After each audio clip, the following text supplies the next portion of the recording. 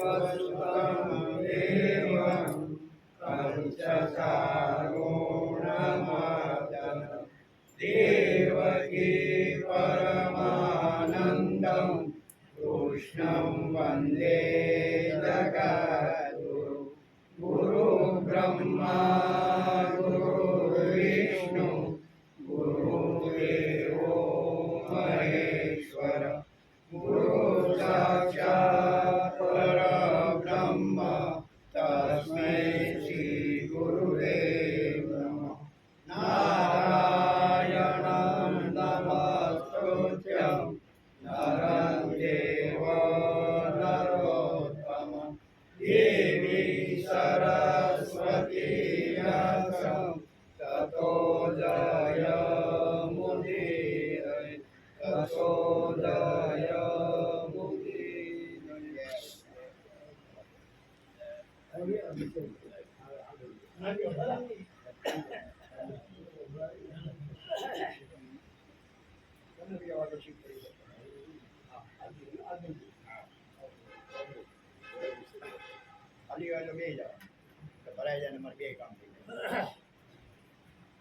शंभो महेश करुणामय शूलपाणे गौरीपते पशुपते पशुपाशनासे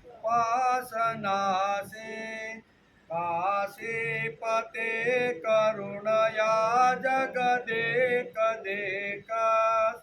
त्वं हंसि पासि विददासि महेश्वरोसि। हे शंभो, हे महेश, हे दयामय, हे शूलपाणी, हे गौरीपते, हे पशुपते, हे प्राणीओना पापनो नाश करनारा, हे काशीपते शंकर, आ समग्र जगतने आप एक ज नाश करवावाळा छो अने उत्पन्न पण करवावाळा छो અને તેથી આપ મહેશ્વર છો। ત્વતો જગત ભવતિ દેવ ભવ સ્મરારે ત્વયૈવ તિષ્ઠતિ જગન્મૃડ વિશ્વનાથ ત્વયૈવ ગચ્છતિ લયં જગદેકદીશા लिंगात्मकं हर चराचर विश्वरूपे। बहुत सरस आद्य गुरु शंकराचार्य स्तोत्र है।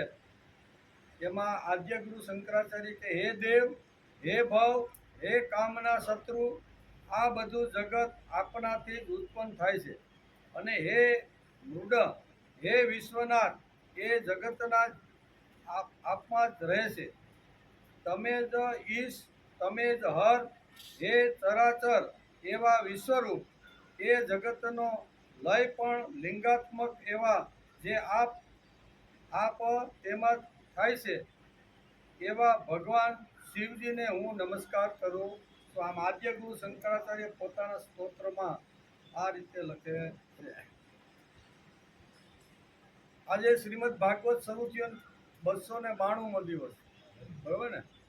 એટલે 5 દિવસનો આપણે રજા માણીને અત્યારે આવ્યા છીએ। લાંબો સમય 5 દિવસની રજા ગઈ આપણી વચ્ચે કાર્યક્રમ હતા એટલે ગુરુવારે આપણે 78 વર્ષના સ્વાતંત્ર્ય દિનની ઉજવણી કરી, બરાબર ને? પછી આપણે મેળા નથી એમ કે શનિવારે રજા જાય કે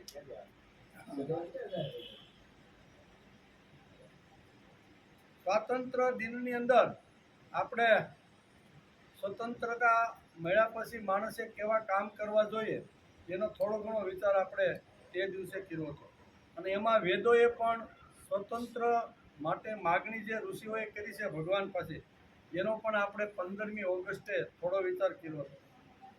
ઉપેતુ મામ દેવ સખા કીર્તિ સ્વમણિના સહ प्रादुर्भूतो सुराष्ट्रेस्मि कीर्तिं वृद्धिं ददातु मे।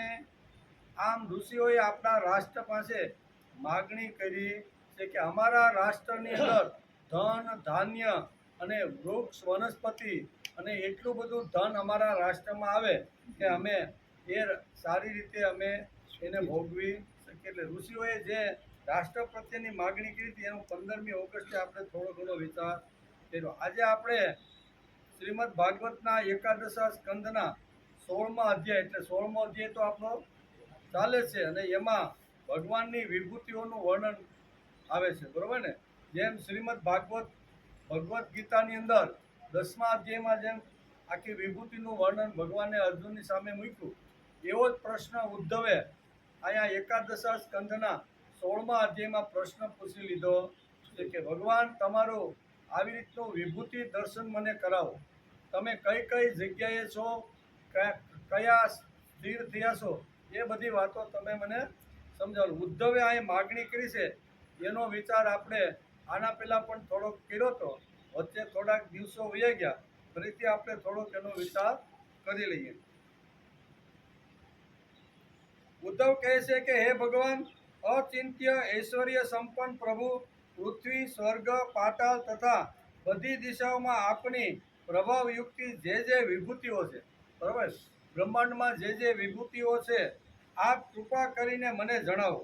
હે પ્રભુ, હું આપના આ ચરણ કમળની વંદના કરું છું, જે સમસ્ત તીર્થોને તીર્થત્વ પ્રદાન કરનારા છે. તમારી જે વિભૂતિ, તમે જે આ જગતની અંદર જે શોભા મૂકી છે ને, એ શોભામાં જો અમે જઈને તો એ બધું અમે પણ તીર્થરૂપ બની જઈએ. આવી સુંદર તમારું ઐશ્વર્ય છે, શોભા છે, તો કૃપા કરીને હું તમારા ચરણ કમળમાં આવ્યો છું, તો તમારા ઐશ્વર્ય, તમારી શોભા, તમે કઈ જગ્યાએ કેવી રીતના વસેલા છો એ તમે મને બધું સમજાવો. આ પ્રમાણે અહીંયા ઉદ્ધવે ભગવાન પાસે માગણી કરી. ભગવાન કહે છે, ભગવાન વાચ એવમેતદહં પૃષ્ટં પ્રશ્નવિદાંબર યુયુત્સાના વિનાશને સપત્ને દુર્નવે ભવા. હે પ્રિય ઉદ્ધવ, તમે પ્રશ્નનો મર્મ સમજનારાઓમાં સર્વશ્રેષ્ઠ છો. જ્યારે કુરુક્ષેત્રમાં કૌરવ પાંડવોના યુદ્ધનો સમય આવી પહોંચ્યો હતો, ત્યારે યુદ્ધ માટે તત્પર થયેલા અર્જુને મને આ જ પ્રશ્ન પૂછ્યો હતો. તમે અત્યારે મને જે પ્રશ્ન પૂછ્યો ને, એ જ પ્રશ્ન ઉદ્ધવે મને પૂછ્યો હતો. એમ ભગવાન અત્યારે અહીંયા ઉદ્ધવને આ પ્રમાણે એને કહે છે.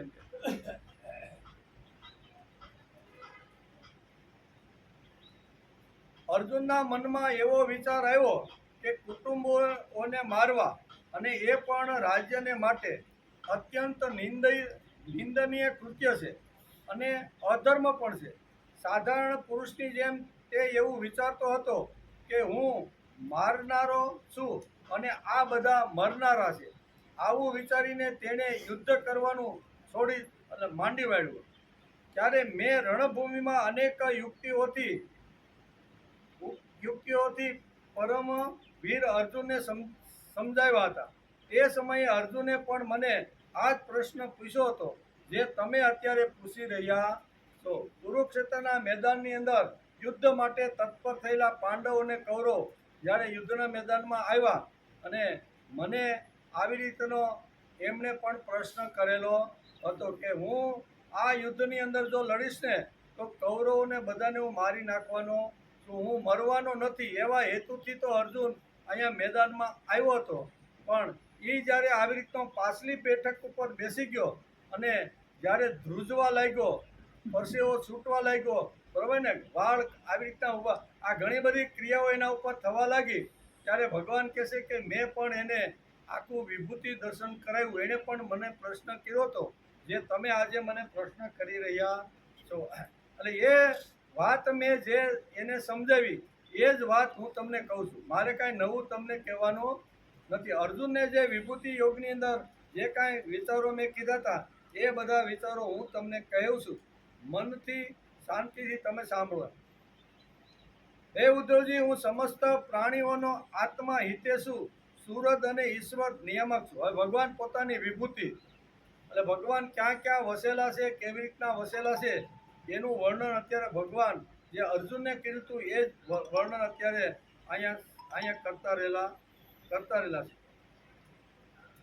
અહમ अहमात्मोद्भवामि सां भूतानां सुरधीश्वर अहं सर्वाणि भूतानि तेषां स्थितदुशाशय अहं गतिर्भर्ता कालकालतनामः गुणानां चाप्यनं साप्यं गुणित्योतात्विको गुण। આમ ભગવાન પોતાની વિભૂતિની વાત અત્યારે ઉદ્ધવને સમજાવી કે હે ઉદ્ધવ હું જ સમસ્ત પ્રાણીઓ અને પદાર્થોના રૂપમાં છું અને તેમની ઉત્પત્તિ સ્થિતિ અને લયનું કારણ પણ હું જ છું. ગતિશીલ ચાલનાર પ્રાણીઓના ચાલવાની ગતિ પણ હું જ છું. આ જગતની અંદર જે પ્રાણી ચાલતો રહ્યો છે, ચાલે છે, બોલે છે, ખાય છે, વિચરે છે, એની અંદર જે કાંઈ ગતિ છે ને, પગમાં જે ગતિ છે, વાણીમાં જે ગતિ છે, શ્રવણ કેન્દ્રીમાં જે કાંઈ ગતિઓ સાંભળવાની જે કાંઈ ગતિઓ છે ને, એ ગતિઓ પણ હું જ છું. ગતિસ્ત્વમ તમે કા ભવાની. જેમ શંકરાચાર્ય કીધું ને કે વિવાદે વિષાદે પ્રમાદે પ્રવાસે તલે ચાનલે પર્વતે શત્રુ મધ્યે અરણ્યે શરણ્યે સદા મામ પ્રપાહી ગતિસ્ત્વમ ત્વમેકા ભવાની. આપણે જે ચાલીએ છીએ, બોલીએ છીએ, જે કાંઈ સાંભળીએ છીએ ને, એની અંદર ગતિ ભગવાનની છે. ભગવાન જો બધું ખેંચી લે ને તો ગમે તેટલા મશીન કાને લગાડો ને પણ મેળ પડે. કેમ બાપા પહેરવાનું બંધ કરી? ધ્રુજારી બહુ આવે છે.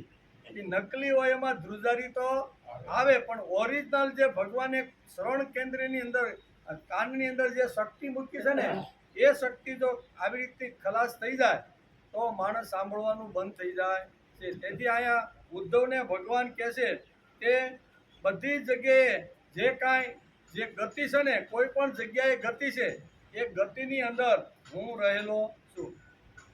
ગતિશીલ ચાલનાર પ્રાણીઓના ચાલવાની શક્તિ પણ હું છું. ગણના કરનારોમાં કાળ હું છું. ગુણોની સામ્ય વસ્તા સ્થિતિ પ્રકૃતિ હું છું. ગુણવાનોનો સ્વાભાવિક ગુણ હું છું. ગુણવાળા પદાર્થોમાં વસેલા ક્રિયાશક્તિ પ્રધાન સૂત્રાત્મા પણ હું છું. જ્ઞાન શક્તિ પ્રધાન મહતત્વ પણ હું છું. સૂક્ષ્મ વસ્તુઓના જીવાત્મા હું છું. મુશ્કેલીથી વશમાં થનાર મન પણ હું જ છું. વેદોનો અભ્યાસ કરનારા વેદ પુરુષ બ્રહ્મા પણ હું જ છું. શું કે છે? વેદ પુરુષનો અભ્યાસ કરનાર બ્રહ્મા હું છું. મંત્રોમાં ઓમ ઉ મ એટલે કે ઓમ, આ ત્રણેય માત્રાઓથી યુક્ત પ્રણવ હું છું. અક્ષરોમાં આકાર અને વેદોમાં ત્રિપદા ગાયત્રી હું છું. સઘળા દેવતાઓમાં ઇન્દ્ર, 8 વસુઓમાં અગ્નિ, 12 આદિત્યોમાં વિષ્ણુ અને 11 રુદ્રોમાં શંકર હું છું. રાજર્ષિઓમાં મનુ, દેવર્ષિઓમાં નારદ અને ગાયોમાં કામધેનુ હું. ભગવાન પોતાની વિભૂતિ અત્યારે ઉદ્ધવને સમજાવતા કહે છે કે જે વિભૂતિનું દર્શન મેં કુરુક્ષેત્રના મેદાનમાં આવી રીતના અર્જુનને જે કીધું હતું એ જ હું તને અત્યારે કહી રહ્યો છું. સાંભળ, મેં એને શું કીધું હતું? તો એણે મેં જે કીધું હતું એ વાત અત્યારે હું તને સમજાવી રહ્યો છું. 11 રુદ્રોમાં શંકર પણ હું છું. બ્રહ્મર્ષિઓમાં ભૃગુ, રાજર્ષિઓમાં મનુ, દેવર્ષિઓમાં નારદ અને ગાયોમાં કામધેનુ હું છું. હું સિદ્ધેશ્વરોમાં કપિલ, પક્ષીઓમાં ગરુડ, પ્રજાપતિઓમાં દક્ષ પ્રજાપતિ અને પિતૃઓમાં અર્યમાં હું છું. હે પ્રિય ઉદ્ધવ, દૈત્યોમાં દૈત્યરાજ પ્રહલાદ, દૈત્યો બધા જે રાક્ષસો થઈ ગયા એની અંદર પ્રહલાદ પણ હું છું. નક્ષત્રોનો અધિપતિ અને વનસ્પતિઓનો પુષ્ટ કરનાર ચંદ્રમાં પણ હું.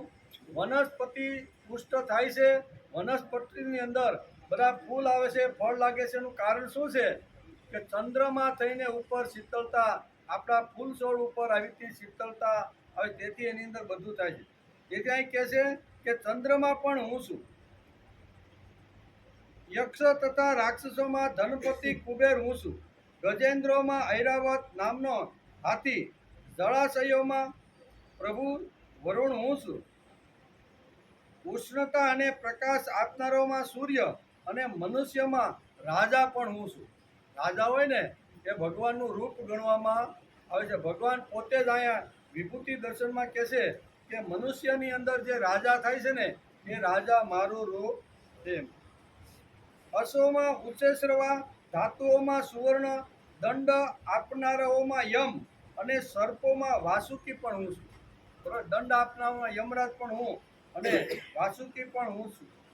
પછી હે નિષ્પાપ ઉદ્ધવ, હું નાગરાજોમાં શેષનાગ, શિંગડાવાળા અને દાઢવાળા પ્રાણીઓમાં તેમનો રાજા સિંહ, આશ્રમોમાં સંન્યાસ અને વર્ણોમાં બ્રાહ્મણ હું છું. બહુ સરસ રીતે ભગવાન પોતાની વિભૂતિઓ, કે એનો અર્થ એવો થાય કે કૃષ્ણ અત્યારે અહીંયા શું કહેવાય એકદમ કાંઈ વસુદેવના એટલે કે વસુદેવના પુત્ર હોય એવું લાગતું નથી. અહીં તો આખા વિશ્વની જે બધી વાતો છે એ બધી વાતો ભગવાન અત્યારે અહીંયા કહે છે કે દરેક જગ્યાએ હું વસેલો છું. વર્ણોની અંદર બ્રાહ્મણ અને આશ્રમની અંદર સંન્યાસ પણ હું છું. એટલે આ બધી વાતો ભગવાન બહુ સરસ રીતે સમજાવે છે.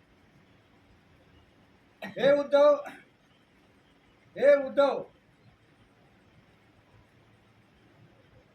જે મને અજન્મા અનાદિ અને લોકોના મહેશ્વર રૂપે જાણે છે તે મનુષ્યમાં મૂઢતા રહિત હોય સર્વ પાપથી છૂટે છે. એતાં વિભૂતિયોગંચ મમ યો વેતિ તત્વત સો વિકંપેન યોગેન યુજ્યતે નાત્ર સંશય. શ્રીમદ ભગવદ્ ગીતા અને શ્રીમદ ભાગવત બેયની અંદર એક જ વાત ભાગવતકાર વેદવ્યાસે લખી છે. બંને એક જ વાત સમજાવે છે કે ભગવાને જે કુરુક્ષેત્રના મેદાનમાં વિભૂતિ દર્શન જે અર્જુનને કરાવ્યું એ જ ભાગવતકાર વેદવ્યાસ કહે છે કે એ જ દર્શન હું અત્યારે ઉદ્ધવને અહીંયા એને પૂછેલો જે પ્રશ્ન છે એને કરાવું. જે મારી વિભૂતિ તથા યોગને બરાબર જાણે છે તે અવિચળ યોગથી યુક્ત થાય છે, એમાં સંશય નથી. મારી વિભૂતિ હું તને જે વિભૂતિ જે વર્ણન કરવાનો છું એમાં જે જાણે છે અને એમાં બિલકુલ જે સંશય રાખતો નથી ને, બરોબર, એ મારે સુધી આવી શકે છે. આપણે ગુરુવારે વિચારતા હતા કે યોગ એટલે કૌશલ્ય અને વિભૂતિ એટલે ઐશ્વર્ય. બરાબર, ગુરુવારે આપણે આ વિષય થોડો કાઢ્યો હતો પણ આપણે સમયના અભાવે થોડોક આપણે ગુરુવારે વિચારતા હતા કે યોગ એટલે કૌશલ્ય અને વિભૂતિ એટલે ઐશ્વર્ય. શોભા પ્રગટ કરવાનું કૌશલ્ય એટલે વિભૂતિ યોગ. આપણી જે શોભા છે એ પ્રગટ કરવાનું કૌશલ્ય હોય તો એને શાસ્ત્રકારોએ વિભૂતિ યોગ કીધો છે. ભગવાને બે જગ્યાએ એ પોતાનું કૌશલ્ય બતાવ્યું છે, બરોબર ને. આ બધાને બતાવ્યું નથી. અહીં ભાગવતની અંદર અત્યારે ઉદ્ધવને પોતાનું કૌશલ્ય બતાવે છે અને શ્રીમદ ભગવદ્ ગીતાની અંદર અર્જુનને પોતાનું ઐશ્વર્ય, પોતાનું આવી રીતનું કૌશલ્ય બતાવે છે. અર્જુને મોટામાં મોટો ડર પાપનો લાગ્યો. જે બેસી ગયો ને એમાં એને મોટામાં મોટો ડર કયો લાગ્યો? પાપનો. કે આ બધા જે આવ્યા મારી સામે લડવા માટે આવ્યા છે એ બધા મરવાના છે. હું મરવા માટે જન્મો નથી. આ તો ભગવાન મારી સાથે અત્યારે છે પણ ભગવાન વગર મેં ઘણા બધા યુદ્ધો જીતી લીધા છે જ્યાં ભગવાનની હાજરી નહોતી.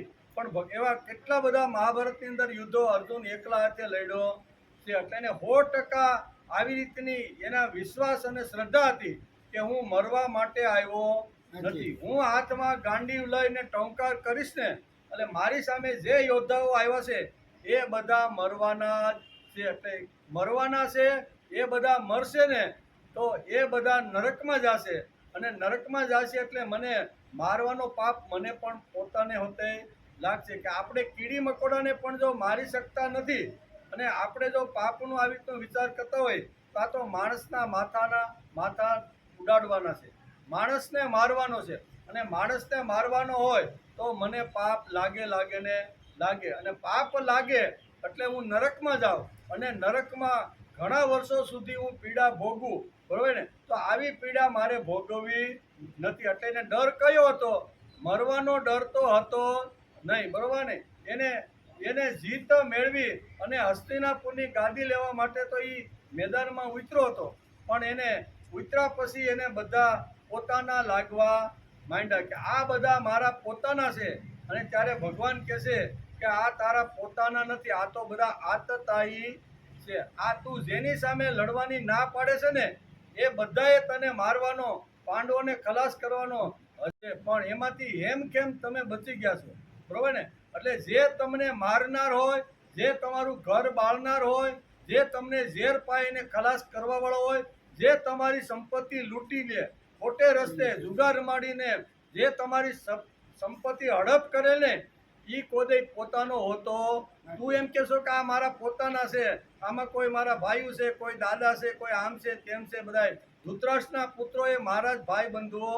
આવા ભાઈ બંધુઓને મારીને મારે યુદ્ધ કરવું નથી. ત્યારે ભગવાન કહે છે કે જે આતતાઈ હોય ને એ પોતાનો સગો હોઈ શકતો નથી. જેણે તને તમારા આખા મેલને બાળીને તમને ખલાસ કરવાનો પ્રયત્ન કર્યો, અને પ્રભુ કૃપાએ વિદુરજીની સારી દ્રષ્ટિ તમારા ઉપર હોવાથી તમે એમાંથી હેમ કેમ બચી ગયા છો? ભીમને પણ ઝેર પાઈને મારવાનો પ્રયત્ન કર્યો, એમાંથી પણ નાગ લોકમાં જઈને આ ઝેર એને ઉતારીને હેમ કેમ એને આવી રીતનો રાખ્યો છે. તો આવી રીતના ઘણા બધા તમને મારવાના પ્રયત્ન કર્યા.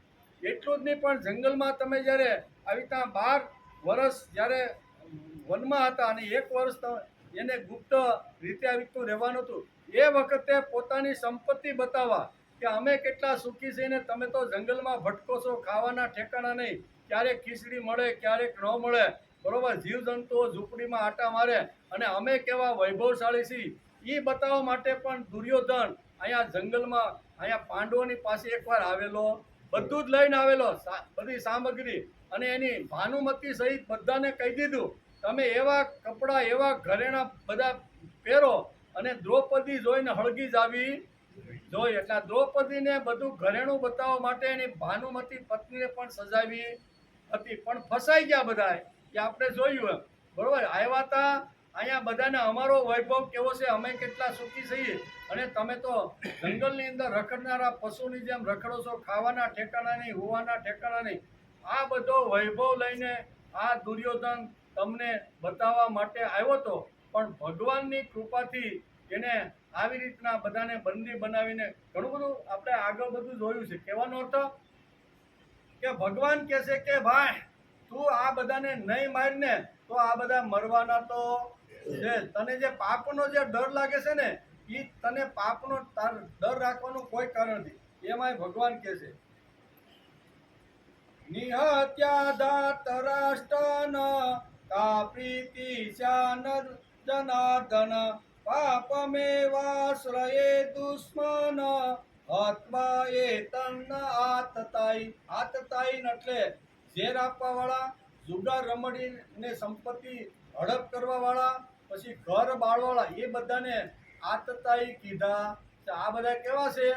આ પોતાના હોતા નથી. જે તમને મારવાનો વારંવાર પ્રયત્ન કરે છે ને એ તમારા પોતાના હોતા નથી. તું તો ડરી ગયો છો કે આ મારા બધાય છે, અને આ બધાને જો મારું ને તો એની બધી પત્નીઓ વિધવા થાય, અને વિધવા થાય એટલે સમાજની અંદર વર્ણશંકર પ્રજા ઉત્પન્ન થાય, અને વર્ણશંકર પ્રજા જો ઉત્પન્ન થાય ને તો એ કોઈ ધાર્મિક કાર્ય કરી શકે નહીં. તેથી આ બધા કારણો, આ બધી દલીલો ભગવાન પાસે એટલી જબરજસ્ત અર્જુન મૂકે છે. નહીં લડવાનું કારણ આ બતાવીને કહે છે કે આ બધા મરે તો એની પત્ની વિધવાઓ થાય, અને વિધવાઓ થાય એટલે એ આવી રીતની સમાજની અંદર વર્ણશંકર પ્રજા પેદા કરે, અને વર્ણશંકર આખો જો સમાજ થઈ જાય ને તો આખો સમાજ નષ્ટ થઈ જાય છે. તેથી પાયામાં તો હું જ આવું નહીં કે આ સમાજને નષ્ટ કરવાનું નિમિત્ત કારણ તો હું જ બનું છું. ત્યારે ભગવાન કહે છે કે તારે ફક્ત નિમિત્ત બનવાનું, મારવા વાળો તો હું જ છું. તું કદાચ આ બધી વાતો એને કહે છે. હે જનાર્દન, કૌરવોને હણીને પણ અમને શું સુખ થવાનું છે? આતતાઈ એમને હણવાથી અમને પાપ જ લાગે છે. આમ અર્જુનને પાપનો ડર હતો. અર્જુન પણ મને આ જ પ્રશ્ન પૂછતો હતો જે તમે આજે મને પૂછી રહ્યા છો. અર્જુનનો પાપનો ડર કાઢવા મેં એને વિભૂતિ દર્શન આખું કરાવી દીધું, અને પછી વિભૂતિ દર્શનમાં પણ એને આવી રીતનું અંદરથી કાંઈ ગયું નહીં ને પછી મેં એને વિશ્વરૂપ દર્શન કરાવ્યું. ત્યારે એ સમજી ગયો કે વાત તો બરોબર સેમ છે. અર્જુને પણ આ જ પ્રશ્ન કર્યો હતો. અર્જુન, તને મોટામાં મોટો ડર શાનો લાગ્યો? પાપનો જ ને. મરવાનો ડર તો તને છે જ નહીં. તને મારશે એવી બીક તો તને છે નહીં. તને પાપનો ડર લાગ્યો છે. પાપમાંથી નરક અને નરકમાંથી રીબાવાનું. આ તું અત્યારે મારી સામે જે દલીલ કરે છે ને, એમાં તું પાપથી ડરી ગયો છો. કારણ કે આજ સુધી ઘણા લોકોને તે માર્યા છે, માટે તેને ડર પાપનો છે. તારા પાપનો ડર દૂર થવો જ જોઈએ. તે દૂર કરવા ઈશ્વર સ્વરૂપ એટલે કે વિભૂતિ યોગનું દર્શન અહીંયા 10મા અધ્યાયની અંદર ભગવાન અર્જુનને કરાવે છે.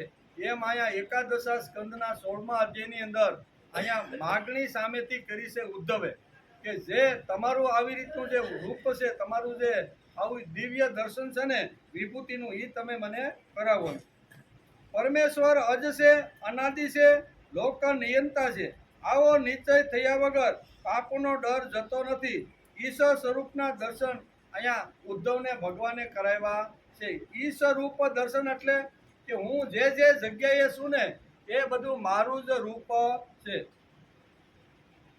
નાગેન્દ્રણા મનોરંત મૃગેન્દ્રાણા તદષ્ટિતા આશ્રમાણા આમ તુર્યા વર્ણાનામ પ્રથમો દદ. હે નિષ્પાપ ઉદ્ધવ, હું નાગરાજોમાં શેષનાગ છું. શિંગડાવાળા અને દાઢવાળા પ્રાણીઓમાં તેમનો રાજા સિંહ, આશ્રમોમાં સંન્યાસ અને વર્ણોની અંદર બ્રાહ્મણ પણ હું છું. ભગવાન પોતાની વિભૂતિ અત્યારે અહીંયા ઉદ્ધવને બતાવે છે. ગીતા અને ભાગવત બંને સંન્યાસ અને બ્રાહ્મણનું મહત્વ ગાય છે. ભગવાને પોતાની વિભૂતિ ગણાવી છે. આ બંને જીવો કેટલા શ્રેષ્ઠ છે કે ભગવાને પોતાની વિભૂતિની અંદર આ બે વાતો લીધી. કોણ? હું છું, અને આશ્રમની અંદર સંન્યાસ હું છું. એટલે સંન્યાસીનું કેટલું બધું મહત્વ ભગવાને ગાયું છે એ આપણે ભાગવતની અંદર જોવા મળે. સંન્યાસી કેટલો વજનદાર, કેટલો જ્ઞાની, કેટલો સમાજ માટે ઉપયોગી અને કેટલું સમાજનું સારું કામ કરવા માટે ડગલે ડગલે આવી રીતનો ફરતો રહેલો જે સંન્યાસી છે, એ સંન્યાસીનું વર્ણન ભગવાને અહીંયા ભાગવતની અંદર જેમ કર્યું છે એમ ગીતાની અંદર પણ કરેલું છે. ગીતા કહે છે કે માણસ સંન્યાસી થઈ જાય છે, બનાવીને કોઈ સંન્યાસી બનતું નથી. સંન્યાય આપવાનો હોતો નથી. માણસની વિશિષ્ટ પ્રકારની નૈતિક અને આધ્યાત્મિક વૃત્તિ થાય તેને સંન્યાસ કહેવામાં આવે છે. ભગવાન અહીં કહે છે કે વર્ણાશ્રમ, વર્ણ એટલે આવી તો બ્રાહ્મણ, ક્ષત્રિય અને વૈશ્ય અને શૂદ્ર, આ 4 વર્ણ છે. એટલે વર્ણની અંદર બ્રાહ્મણનું મહત્વ પણ ભગવાને અહીંયા બહુ સરસ રીતે વિભૂતિ દર્શનમાં સમજાવ્યું છે. એની સાથે સાથે આશ્રમની અંદર બ્રહ્મચર્યાશ્રમ, ગૃહસ્થાશ્રમ, વાનપ્રસ્થાશ્રમ અને સંન્યાસાશ્રમ, આ 4 આશ્રમની અંદર સંન્યાસાશ્રમ હું છું. ભગવાને અહીંયા કેટલું મોટું મહત્વ સંન્યાસનું બતાવ્યું છે. માણસની વિશિષ્ટ પ્રકારની નૈતિક અને આધ્યાત્મિક વૃત્તિ થાય તેને સંન્યાસ કહે છે. તેથી વિભૂતિ દર્શનમાં સંન્યાસીને પોતાની વિભૂતિ ભગવાને ગણાવી છે. જે ગીતાકાર કૃષ્ણ ભગવાન ઉપનિષદકાર તેમજ ભાગવતકાર વેદવ્યાસ અને ઋષિઓની દ્રષ્ટિથી બધાની સાથે મૈત્રી સંબંધ કરવાવાળો હોય તેને સંન્યાસ કહેવામાં આવે. સંન્યાસી કોણ? તો કે બધા સાથે મૈત્રી ભાવનો સંબંધ રાખે. કોઈની પ્રત્યે રાગ નહીં, કોઈની પ્રત્યે દ્વેષ નહીં, કોઈની પ્રત્યે આવી રીતનું જે ન હોય, એના માટે અહીંયા ભાગવતકાર વેદવ્યાસે સંન્યાસ શબ્દ વાપર્યો છે. મૈત્રી સંબંધની સાથે સાથે જેનો કોઈની દુશ્મની નથી, નફરત નથી, એવી એક વૃત્તિ નિર્માણ થાય કે તે વ્યક્તિ સંન્યાસી કહેવાય. એવો બહુ સરળ અને સીધી વ્યાખ્યા ભાગવતકાર વેદવ્યાસ લખે છે કે મૈત્રી સંબંધની સાથે સાથે જેનો કોઈ દુશ્મન નથી. આ જગતમાં એનો કોઈ દુશ્મન હોઈ શકે નહીં. નફરત નથી કોઈના પ્રત્યે, એવી એક વૃત્તિ આવી વૃત્તિ કોઈ પણ માણસમાં જો નિર્માણ થાય ને તો એના માટે સંન્યાસ શબ્દ શાસ્ત્રકારોએ વાપર્યો છે. કોઈના તરફ નફરત નહીં, કોઈની નિંદા નહીં, કોઈની સ્તુતિ નહીં, આવી જે સ્થિતિ છે એ સ્થિતિને, એ વૃત્તિને અહીંયા સંન્યાસ કહેવામાં આવે છે. આપણા દિલમાં જ્યાં સ્વાર્થ ન હોય તેના તરફ નફરત અથવા ઓછા નામે તટસ્થતા આવી જાય છે, પરંતુ મૈત્રી નથી આવતી. સંન્યાસી એટલે મૈત્રી સંબંધ રાખે છે. કોઈ ઝઘડે કે ગાળો દે તે પણ તે શાંતિ રાખે છે. તે કોઈનો અનાદર ન કરે અને કોઈની સાથે વેર પણ ન રાખે. તેને કોઈનો ડર લાગતો નથી અને તે પોતે કોઈથી ડરતો પણ નથી. તે બધાની પોતાનો લાગે છે અને તે એટલે સંન્યાસ. સંન્યાસી આ મનમાં એક જ ચિંતા ચાલે છે. સંન્યાસીના મનમાં એક જ ચિંતા ચાલે છે કે બધા પારિવારિક લોકો પોતાનું શ્રેય સમજતા નથી, તેથી તેમની દુર્ગંધી થાય છે. તે થવી ન જોઈએ અને દુર્ગંધીમાંથી બહાર નીકળી અને એને સુગંધી તરફ વાળવાનો જે પ્રયત્ન કરે છે, એના માટે શાસ્ત્રકારોએ સંન્યાસ શબ્દ વાપર્યો છે. આવા સંન્યાસીઓનું અને આવા બ્રાહ્મણનું અહીંયા ભગવાન પોતે વિભૂતિની અંદર અહીંયા ઉદ્ધવને દર્શન કરાવે છે. એનું કારણ મારી અંદર ભગવાન છે, તે જ ભગવાન તેમની અંદર છે. મને અંદર રહેલા ભગવાનને જાગૃત કર્યો છે અને સારો બનાવ્યો છે અને સારો સજાવ્યો છે, તો મારે પણ બીજાને સારો બનાવવાનો પ્રયત્ન કરવો જોઈએ. તેથી ગામડે ગામડે જાય, ઝૂંપડે ફરે, બરોબર, લોકોની પાસે બેસે, લોકોને ભગવાનથી છૂટો પડેલો જે જીવ હોય છે એને પાછો પ્રભુ તરફ વાળવાનો પ્રયત્ન કરે, એને ખરા અર્થમાં અહીંયા શાસ્ત્રકારો સંન્યાસ બનાવે કહે છે. તેથી બધા લોકોને જગાડવા એવી એક જ્વલંત વૃત્તિ તેના અંતઃકરણમાં સતત રહે છે, તેને સંન્યાસ કહેવાય છે. 16મા અધ્યાયમાં આ સંન્યાસનું મહત્વ ભગવાને પોતે જ અહીંયા ગાયું છે. સંન્યાસનું મહત્વ ભગવાને પોતે જ ગાયું છે. પાંડુરંગ શાસ્ત્રી વ્યાસ વિચારમાં પોતાના પ્રવચનમાં કહે છે કે સંન્યાસ એટલે વિશિષ્ટ જીવન વૃત્તિ. માણસની વિશિષ્ટ પ્રકારની જીવન વૃત્તિ હોવી જોઈએ. અંગ્રેજીમાં કહે ને કે way of life, way of thinking અને વે ઓફ વર્શિપ. આ 3 વાતો જેના જીવનમાં આવે ને એને સંન્યાસ કહેવામાં આવે છે. વે ઓફ લાઈફ, એની જીવન પદ્ધતિ કેવી છે? સવારે 5 વાગે ઉઠો ને રાતના 10 સાડા 10 પથારીમાં પડે ત્યાં સુધીનો આખો જેનો વ્યવહાર છે, એનું હરવું ફરવું, ખાવું, ચાલવું, બોલવું, સમાજ સાથે વર્તન, આ બધું વે ઓફ લાઈફ એટલે જીવન પદ્ધતિ કેવી છે એના ઉપરથી નક્કી થાય છે કે આ સજ્જન છે કે દુર્જન. કાંઈ કહે છે કે સંન્યાસી હંમેશા સવારથી રાત સુધી સતત ભગવાનથી છૂટો પડેલો જે જીવ છે એને પાછો પ્રભુ તરફ વાળવાનો સતત જે પ્રયત્ન કરે છે, આવી જેની વિશિષ્ટ પ્રકારની વિચારધારા છે, એના માટે સંન્યાસ શબ્દ ભગવાને અહીંયા વાપર્યો છે. ગીતાકારે પણ સ્પષ્ટ ભાષામાં લખ્યું છે. ભાગવત જેમ લખે છે એમ ગીતાકારે પણ સ્પષ્ટ ભાષામાં લખ્યું છે કે કામ્યાનામ કર્મણા ન્યાસમ સંન્યાસમ કવયો વિદુ. કામ્ય કર્મો સારી રીતે સોંપવા એટલે સંન્યાસ કરવા, તેને જ સંન્યાસ કહેવામાં.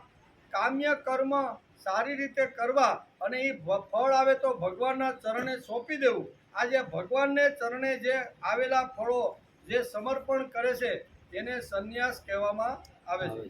આપણી પાસે કઈ પૂંજી છે, કઈ મૂડી છે આપણી પાસે? આપણે રાતે ખરેખર સૂતા પહેલા માણસે વિચાર કરી લેવો જોઈએ કે ભગવાન મને 60, 70, 80 પહોંચાડી દીધો છે, તો મારી પાસે 60, 70 કે 100 વર્ષની અંદર કઈ મૂડી એવી છે કે જે ભગવાનના ચરણે હું ધરી શકું? મારી રાતે માણસ બેસીને વિચાર કરવો જોઈએ. આપણી પાસે કઈ મૂડી છે, કઈ પૂંજી છે? કર્મ અને કર્મફળ એ આપણી મૂડી છે. બાકી બધી મૂડી જે કાંઈ કમાવી છે ને, હાથમાં વીંટ્યું પહેરી છે ને, તો કે હવે વીંટ્યું કાઢો, દોરો પહેર્યો છે તો દોરો કાઢી, એટલે હારી જે કાંઈ વસ્તુ ઉપયોગની હશે ને એ મરતી વખતે બધા કાઢી લે કે નહીં? કાઢી લે છે. તો આપણે અહીં કહે છે કે આપણી મૂડી કઈ ભાઈ? 80 વર્ષમાં કઈ મૂડી મેં કમાવી? તો આપણા હાથમાં શાસ્ત્રકારો, ગીતાકાર અને ભાગવતકાર બે મહાપુરુષો આપને એ જ કહે છે કે આપણું કર્મ એ આપણી પોતાની મૂડી છે અને કર્મ કર્યા પછી જે સારું ફળ આવે ને એ પણ આપણી મૂડી છે. એટલે કર્મ કર્યા પછી એ ફળ ભગવાનને ચરણે ધરવું, આ મૂડી આપણે ભગવાનના ચરણે ધરી એવું કહેવામાં આવે છે. આપણી પાસે કઈ પૂંજી છે, મૂડી છે? કર્મ અને કર્મફળ એ આપણી મૂડી છે. વિત આપણી મૂડી નથી. વિત્ત આપણી મૂડી છે. ગમે એટલા લાખો રૂપિયા આપણે બેંકમાં મૂક્યા છે, આપણે કબાટમાં હાંસવીને રાખ્યા છે, અને જ્યારે માણસનું મૃત્યુ થાય છે ત્યારે એ મૂડી પણ આપણી હોય તો આપણી સાથે આવવી જોઈએ ને, પણ એ મૂડી આપણી સાથે આવતી નથી. વિત્ત પણ આપણી મૂડી નથી. એનું કારણ છેલ્લે તે અહીં જ રહેવાનું. ગમે તેટલી મૂડી, ગમે એટલો વૈભવ, ગમે એટલો ઠાઠમાટ આપણે ભેગો કર્યો છે, પણ જ્યારે માણસ જીવ આ જગત છોડીને જ્યારે પરલોક સિધાવે છે ત્યારે એની સાથે એણે કરેલું જે કર્મ છે ને, એ જ કર્મ એની જોડે આવે છે. તેથી શાસ્ત્રકારો કહે છે કે માણસે પોતે કર્મ ઉપર ભાર દેવો જોઈએ. જે કર્મ મારી જોડે આવે, જે મન મારી જોડે આવે, જે બુદ્ધિ મારી જોડે આવે ને, એના ઉપર જ માણસે ભાર દેવો જોઈએ. વૈભવ ગમે તેટલો કમાયો છે, ગમે તેટલો પરસેવો પાડ્યો છે, ગમે એટલે પેટે બાટા બાંધી અને ગમે એટલી મૂડી જો ભેગી કરી છે, પણ અંત સમયે એ મૂડી આપણી જોડે આવતી નથી. તો આપણી જોડે આવે શું? તો અહીં શાસ્ત્રકાર, ગીતાકાર અને ભાગવતકાર આપણે આપણી સાથે આવવાળી બે જ વાતો છે. એક તો આપણે કરેલું કર્મ, સારું કર્મ કર્યું હોય તો સારું પણ આવે, અને ખરાબ કર્યું હોય તો બંને કર્મ આવે, અને પછી એ કર્મના બંને ફળ પણ ભેગા આવે. સારું કર્યું હોય તો સ્વર્ગ, અને ખરાબ કર્યું હોય તો નરક. આ એનું ફળ છે. તો આપણે અહીંયા શાસ્ત્રકાર આપણે સમજાવે છે કે આપણે મૂડી જે કમાવી છે ને, એ મૂડી કર્મની મૂડી મજબૂત કરવી જોઈએ. એવા કર્મ કરું, અને જે વખતે હું આ જગત છોડીને જ્યારે જાઉં ત્યારે ભગવાન હાથની અંદર થાળ લઈ, આરતી લઈ અને મારી રાહ દરવાજામાં જોતો હોય કે મારા દીકરાને મેં 80 વર્ષ સુધી મારા કામ માટે, મારા વિચાર માટે, મારા માટે મોકલ્યો, એ બધું સારું કર્મ કરીને આવ્યો છું. એટલે એના જે દરવાજા હોય ને, આ ભક્ત જ્યારે ત્યાં પહોંચે ત્યારે દરવાજા પણ ફટોફટ ખુલી જાય, અને ભગવાન સામે ઊભા છે, અને ભગવાન એ જીવની આરતી ઉતારે છે. આવું કર્મ કયું કયું? તો કે એના માટે ભાગવતકાર અને વેદવ્યાસ જેવા મહાપુરુષે અને ગીતાકાર કૃષ્ણએ નિષ્કામ કર્મયોગ સમજાવ્યો છે. કર્મણ્યે વાધિકા રસ્તે મહાફલેષુ કદાચન માં કર્મ ફલ હેતુ ભૂર્મા તે સંગોસ્વતી કર્મણી. આવું કર્મ મારે મજબૂત કરવું જોઈએ. જે કર્મ ઉપર હું જે કર્મ કરું છું ને, એ કર્મ મારી શક્તિથી થતું નથી. મારી અંદર કોઈ શક્તિ બેઠી છે ને, એ મને હલાવે છે, ચલાવે છે, બોલાવે છે. જે કાંઈ કર્મ કરું છું, એ કર્મના પાયાની અંદર અંદર કોઈ સુસુપ્ત બેઠેલી શક્તિ એ કર્મ મને કરાવે છે. એ કર્મ જો કરાવતા હોય તો એ કર્મના ફળો પણ એના જ હોવા જોઈએ. તેથી કહે છે કામ્યાનામ કર્મણા ન્યાસમ સંન્યાસમ કવયો વિદુ વિદુ. આ આપણી મોટામાં મોટી મૂડી છે. નિષ્કામ કર્મયોગ કરી અને કર્મની જે મૂડી આપણે જે ભેગી કરી ને, એ મોટામાં મોટી આપણી પૂંજી છે, મૂડી છે. કર્મ અને કર્મફળ, તેથી જ આ બંને ભગવાનને પ્રેમથી ધરવાના, સોંપવાના હોય છે. એને ચરણે ધરવાના હોય, સોંપવાના હોય, બરોબર ને? ઘા કરીને ફેંકવાના નથી. એમ ફેંકવાના નથી, એમ ભાગવત અને ગીતા એ સમજાવ્યું છે. ત્યાગ નફરતથી ઊભો થાય છે. પરિણામના ડરથી પણ માણસના જીવનમાં ત્યાગ થાય છે. ઘણીવાર સંસારનો ઘણીવાર માણસ ત્યાગ કરેનું કારણ છે, એને ડર હોય છે. કયો ડર હોય છે? કે હું સમાજની અંદર જો આવી રીતનો લગ્ન કરીશ ને, તો લગ્ન કરીશ એટલે બાળકો થશે, અને બાળકો થશે એટલે એને ભણાવવા પડશે, અને ભણાવવાની મહેનત મારે કરવી પડશે. 18 કલાક સુધી ખંભામાં થેલો નાખી અને મારે પૈસા કમાવા પડશે. શા માટે? આખા કુટુંબને મારે સંભાળવાનું થાય. લગ્ન કરવું એટલે પત્ની હોય, વૃદ્ધ મા બાપ હોય, નાના નાના બાળકો હોય, એ બધાને સંભાળવાના, એ બધાને વ્યવસ્થિત નાનું મોટું કાંઈ જરૂરિયાત હોય એ બધી પૂરી પાડવાની, અને એ પૂરી જો પાડવાની હોય ને, તો મારે 18 કલાક સુધી સમાજમાં ફરવું પડશે. હવે આવું કરવું એના કરતાં ઘરને છોડી દો, ત્યાગ કરો અને વયા જાઓ ગંગા નદીના કિનારા ઉપર, એકાદો સીપીઓ ખોલીને બેસી જાઓ. એટલે અહીં કહે છે કે જે ડરથી આવી રીતનો સંસારનો જે ત્યાગ કરે છે, કર્મનો જે ત્યાગ કરે છે ને, એને કોઈ દિવસ શાસ્ત્રકારો સંન્યાસી કહેતા. સમજણથી આવેલો જે હોય ને, એને સંન્યાસ કહેવામાં આવે છે. ડરી ગયેલો, થાકી ગયેલો, કંટાળી ગયેલો અને પત્ની હારે ઝઘડો થયો હોય, અને પછી કે છોડો ભાઈ સુરત, અને હવે ક્યાં જાઓ તો કે કાશીમાં જઈને એક આશ્રમમાં જઈને ભગવા વસ્ત્ર પહેરીને તમે બેસી જાઓ. હવે આ એણે સંન્યાસ જે ધારણ કર્યો છે અથવા ઘર છોડ્યું છે એનું કારણ શું છે કે પત્ની સાથે અવારનવાર ઝઘડો થાય છે અને ઝઘડો આવી રીતનો કરવો એના કરતાં ભાઈ ત્યાગ કરી દો નહીં. આવો ત્યાગ કરીને ઘણા જાય છે કે નહીં? પણ જાય છે એટલે કહેવાનો અર્થ કે ઘણા લોકો ડરથી આવી રીતનો ત્યાગ કરે છે. એટલે કે આ ફેંકવામાં નથી. આ ભાગવતે અને ગીતાએ સમજાવ્યું છે કે ત્યાગ નફરતથી ઊભો થાય છે. કેવો? નફરત કુટુંબ ઉપર થાય, પત્ની ઉપર થાય, સંસાર ઉપર નફરત થાય ને એટલે ઘણા લોકો આવીનો ત્યાગ કરે છે, ઊભો થાય છે. પરિણામને રહે છે, કર્મથી ડરી જાય છે અને ડરેલો માણસ આવી રીતનો જ્યારે ત્યાગ વૃત્તિમાં વળે છે ત્યારે શાસ્ત્રકાર કહે છે કે એને કોઈ ફાયદો થવાનો નથી, કર્મ તો એની જોડે આવવાનું. આવા કેટલાકોની સમજણ છે. તેથી પરિણામ કે નફરતથી ત્યાગ કરે છે તે સંન્યાસી નથી. એમ આ ભાગવતકાર વેદવ્યાસ સમજાવશે કે નફરતથી જે ત્યાગ કરે છે અથવા આવી રીતનો ડરીને ત્યાગ કરી દે છે એને સંન્યાસ કહેવામાં આવતો નથી. લગ્નમાં છોકરીનો હાથ કોઈને સોંપવામાં આવે છે. જે હાથ સોંપી દે છે તેને નિરાંત થઈ જાય છે અને જે હાથ પકડે છે તેની ઊંઘ ઉડી જાય છે. લગ્નની અંદર આ જોવા મળે ને આપને. દીકરીનો જે બાપ હોય છે ને એ બાપ એકવાર મંડપની અંદર એ દીકરીનો હાથ એ મૃત્યુના હાથમાં હોપી જાય એટલે બાપને થઈ ગઈ નિરાત કે હવે આપણે શાંતિથી ખાવો પીવો ને રહો. પણ જેના હાથમાં હાથ આવ્યો છે, જેને પકડ્યો છે એની ઊંઘ હરામ થઈ જાય છે. કારણ કે હવે એના માટે કમાવાનું, એના માટે મહેનત કરવાની, એના માટે નોકરી ધંધો કરવાનો એટલે એ હેરાન થઈ જાય છે. તેથી કહે છે લગ્નમાં છોકરીનો હાથ કોઈને સોંપવામાં આવે છે. જે હાથ સોંપી દેશે તેને નિરાશ થઈ જાય છે અને જે હાથ પકડે છે તેની ઊંઘ ઉડી જાય છે. આવી રીતે કર્મ ભગવાનને સોંપવા આજે હસતા કર્મ કરીશું તો કદાચ કાલે રડતા તેનું ફળ ભોગવવું પડશે. તેથી ભાગવતકાર કહે છે કે કર્મો ભગવાનને સોંપી જો. જેમ બાપ દીકરીને એક સારા એવા મૃત્યુના હાથમાં મંડપમાં સોંપી દે, સારા એવા કર્મો મને મળે અને સારા એવા કર્મ ભગવાનને આપણે જો સોંપી દઈએ તો પછી આપણને નિરાશ થઈ જાય અને ભગવાનની ઊંઘ ઉડી જાય કે આને તો નિષ્કામ કર્મયોગ કરીને જે ફળ આવ્યું ને એ ફળ મારા ચરણે એને ધરી દીધું છે. એટલે ભગવાનની ઊંઘ ઉડી જાય એવા કર્મ માણસે કરી લેવા. એવા કર્મ જ્યારે ફળ આવે ત્યારે ભગવાનને કહેવાનું કે ભગવાન તારી શક્તિથી, તારી બુદ્ધિથી તું મારી અંદર 24 કલાક મને હલાવે, ચલાવે, બોલાવે છે ને ત્યારે હું ધંધો, વ્યવહાર, નોકરી બધું જ કરું છું.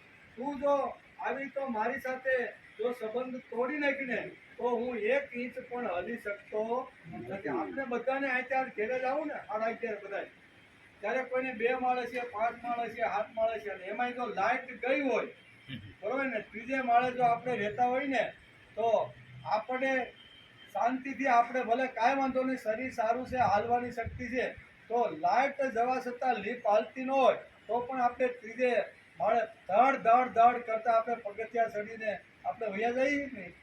શા માટે ગયા? તો કે અંદર કોઈ ચૈતન્ય શક્તિ મારા પગની અંદર તાકાત આવી રીતે જેણે મૂકેલી છે એ ચૈતન્ય શક્તિએ મને 3 માળ 4થા માળ સુધી આવી તો પહોંચાડી દીધો. અને ખાઈ પી અને 3 વાગે આપણે સૂતા અને 4 વાગે એ ચૈતન્ય શક્તિ આપણી અંદરથી જો પ્રાણ ખેંચી લે તો એ 70-80 કિલોનું જે વજનદાર જે શરીર હોય છે એ શરીર 4 માળ નીચે ઉતરીને આવી શકે ખરું? એટલે જાવામાં આપણે મદદ પડે કરી ભગવાનને. એટલે કે અંદર બેઠેલું જે ચૈતન્ય છે એ આપણે હલાવે છે, ચલાવે છે, બોલાવે છે. આ બધું આપણા ભગવાનની ઊંઘ ઉડી જાય છે. જેમ બાપ દીકરીનો હાથ, કન્યાનો હાથ જેમ આવી રીતના વરરાજાને સોંપે અને બાપ શાંત થઈ જાય એવી રીતનું અહીંયા ભગવાનનું છે. આવી રીતે કર્મ ભગવાનને સોંપવા છે. આજે હસતા કર્મ કરીશું તો કદાચ કાલે રડતા તેનું ફળ ભોગવવું પડશે. તેથી ભગવાનને કર્મ સોંપી દેવા જોઈએ. કર્મનો ડર રાખીને જો કર્મ ફેંકી દેશો તો તે સંન્યાસ નથી.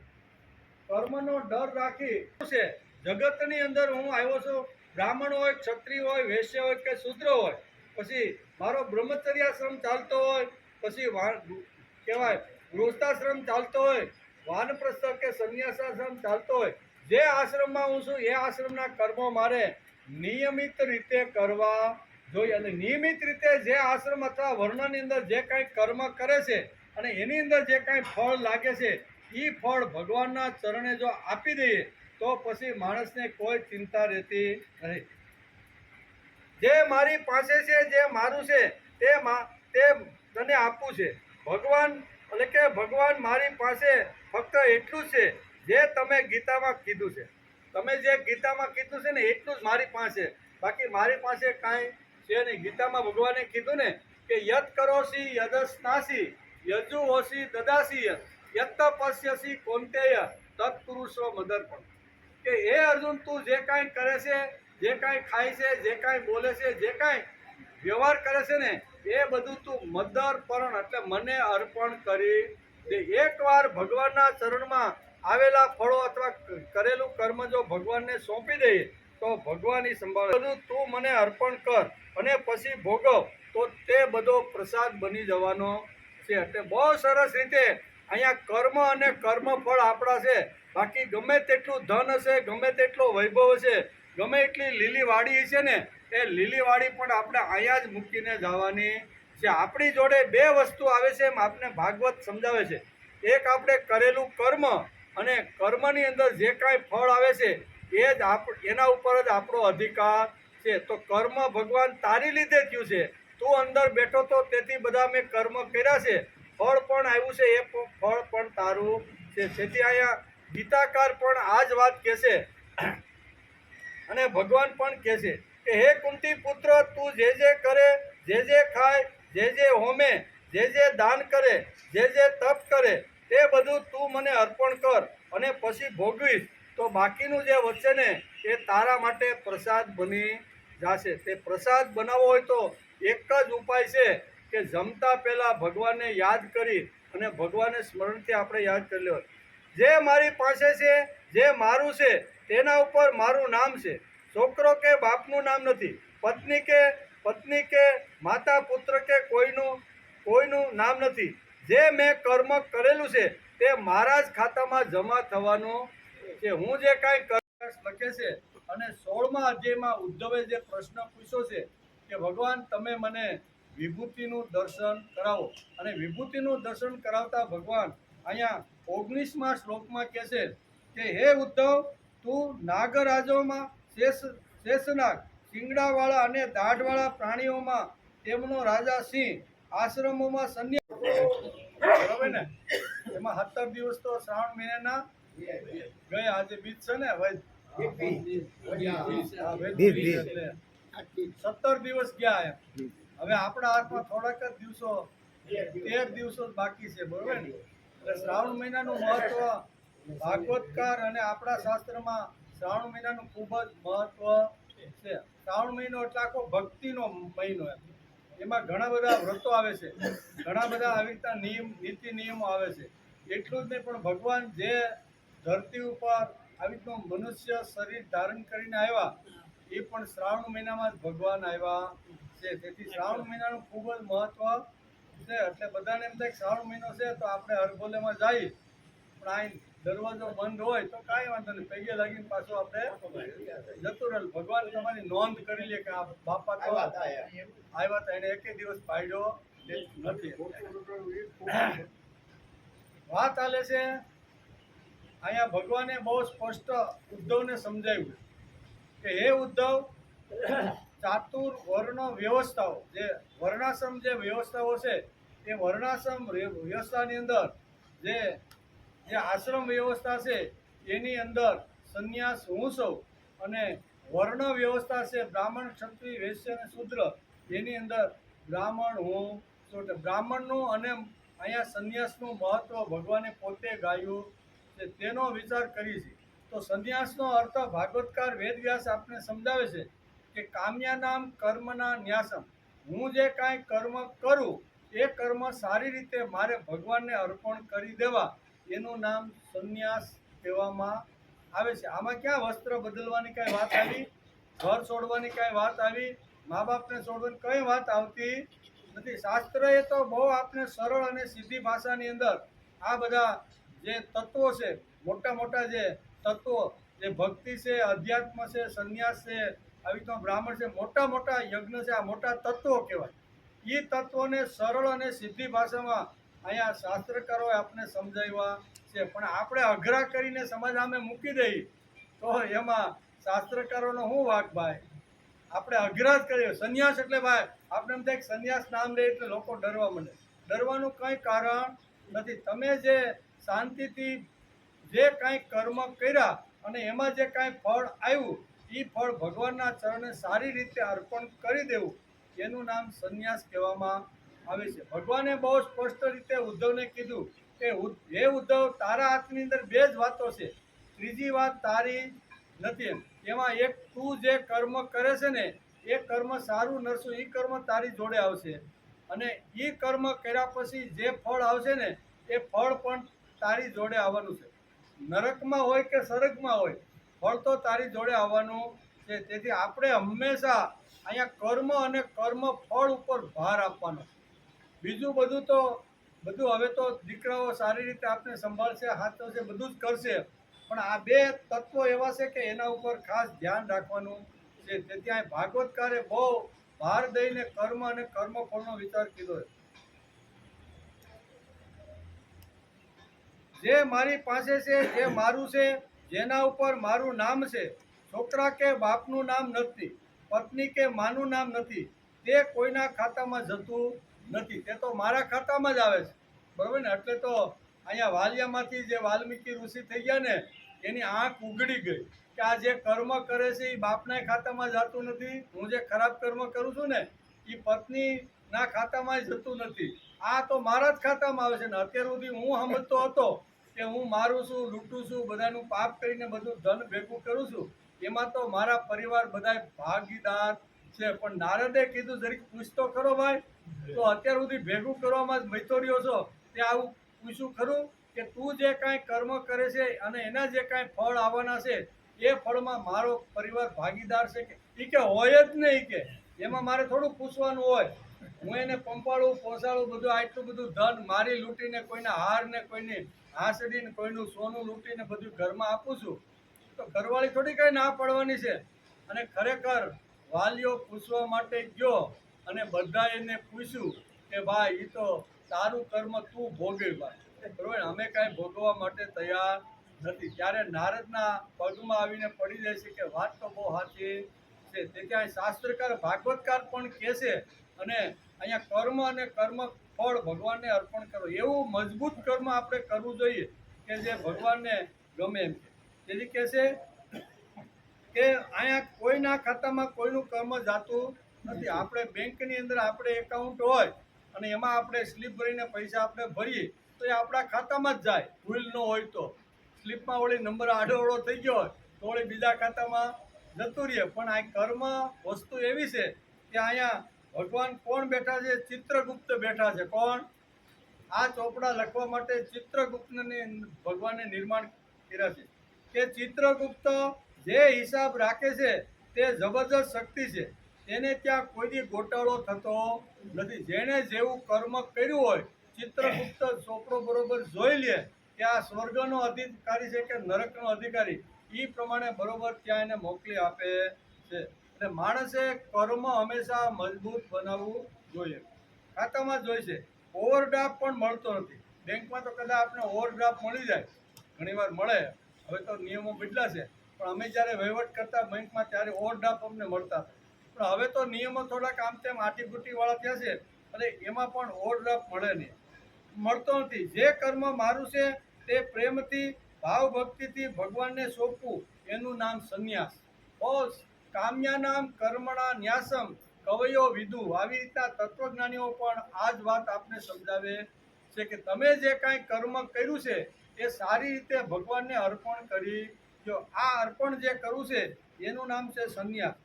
ખાતી વખતે, સૂતી વખતે, ચાલતી વખતે, બોલતી વખતે, સત્કર્મ કરતી વખતે ભગવાન મારી સાથે છે.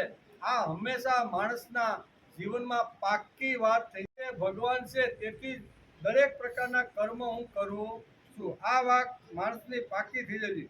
કોઈ પણ કૃતિ હું કરું, હું એકલો કરી શકતો નથી. કાંઈ એકલો આપણે કરીએ, અંદરથી જો અંદર રહેલી શક્તિ આપણી સાથે જો સંબંધ તોડી નાખે અને એ આપણી હારે જો આવી રીતે કટ્ટી કરી નાખે તો આપણે અહીંથી 1 ઇંચ પણ હલી શકતા નથી. તેથી હું બોલું છું, ચાલું છું, ધંધા ઉપર જાઉં છું, નોકરી ઉપર જાઉં છું અને નોકરી ઉપર જઈને જે કાંઈ 8-10 કલાક હું નોકરી કરું છું તો એ મારી સાથે ભગવાન છે, તેથી જ હું આ કામ કરું. આ માણસને પાકી સમજણ થઈ જવી જોઈએ. ગમે એટલા શાસ્ત્રના થોતા કદાચ આપણે ઉતલાવશું નહીં તો ચાલશે, કારણ કે ભણ્યા નથી એટલે ઉતલાવી પણ શકવાના નથી. પણ આ વાત આપણા મગજમાં ફિટ થઈ જવી જોઈએ. બોલતી વખતે, ચાલતી વખતે, ખાતી વખતે, ધંધા ઉપર જતી વખતે, નોકરી ઉપર કે ખેતી ઉપર જ્યારે હું જાઉં છું ને ત્યારે મારી જોડે કોઈ શક્તિ છે અને એ શક્તિથી હું બધું કામ કરું છું. આ પાકી સમજણ થાય એને ભક્તિ કહેવામાં આવે છે. ભક્તિમાં કેટલું લાંબુ ટીલું કર્યું, કેટલું ટૂંકું કર્યું, કેટલો પહેરવેશ બદલો કે નથી બદલો, ત્યાં ભક્તિની કોઈ વાત આમાં શાસ્ત્રકારોએ લખી નથી. ભક્તિની વાત આ છે કે કોઈ પણ કૃતિ હું એકલો કરી શકતો નથી. ભગવાન મારી સાથે છે, તેથી મારે કર્મ તો કરવું છે. મારી વાણીમાં પણ ભગવાન આવીને બેઠા છે, તેથી જ હું અહીં બોલી શકું છું. તમારા કાનની અંદર ભગવાન આવીને બેઠા છે, તેથી તમે સારી રીતે બોલેલું સાંભળી શકો.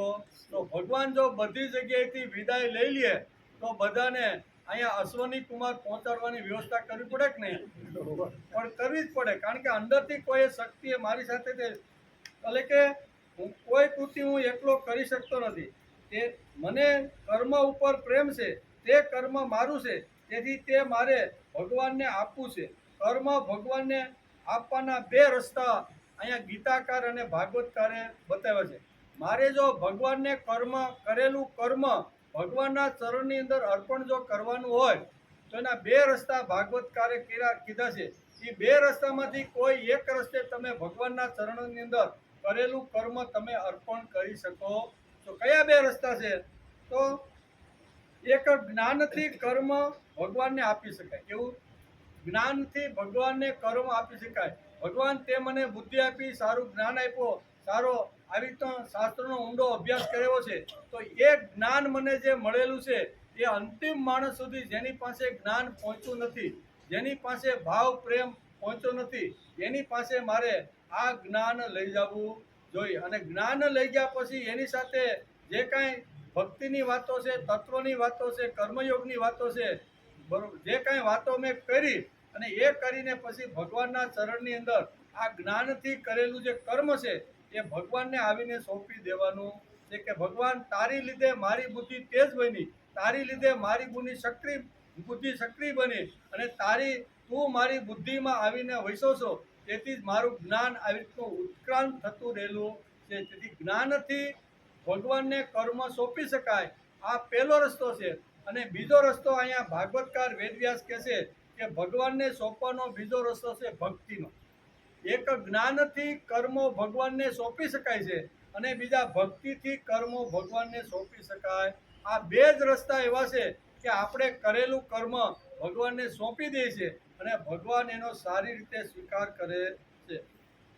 જ્ઞાનથી કર્મ ભગવાનને આપી શકાય છે અને બીજું ભક્તિથી, પ્રેમથી ભગવાનને કર્મ આપી શકાય છે. આ રીતે કર્મ ભગવાનને આપવું એનું નામ સંન્યાસ કહેવામાં.